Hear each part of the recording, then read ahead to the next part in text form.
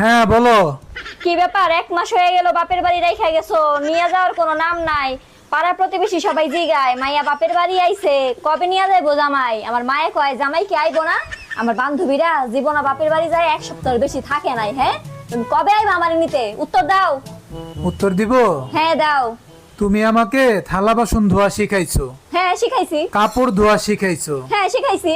ঘর গুছানো শিখাইছো, হ্যাঁ শিখাইছি, এগুলো তো তোমার ভালোর জন্যই শিখাইছি। হ্যাঁ রান্না বাড়া করা শিখাইছো। হ্যাঁ, রান্না বান্না তুমি এটা কি তোমার শিখা দরকার ছিল না? শিখাইছি ভালোর জন্য। হ্যাঁ এখন আমি সবকিছু নিজেরটা নিজেই করতে পারি, হ্যাঁ। বউয়ের আমার কোনো দরকার নাই। কি? প্লিজ প্লিজ তুমি আমার আয়শা নিয়ে যাও প্লিজ। 1 মাস হয়ে গেছে, এতদিন কি কেউ বাপের বাড়িতে থাকে বলো? আয়শা নিয়ে যাও না, কাপড় ধুবো আমি, ঘর মুছবো আমি, সবকিছু আমি করবো। অফিস থেকে আইসা কি এইসব কাজ তোমার করা লাগে? কও, এইসব আমি করবো, প্লিজ নিয়ে যাও না আমারে। এখন আর নাটক করে লাভ নাই, এখন আমি সব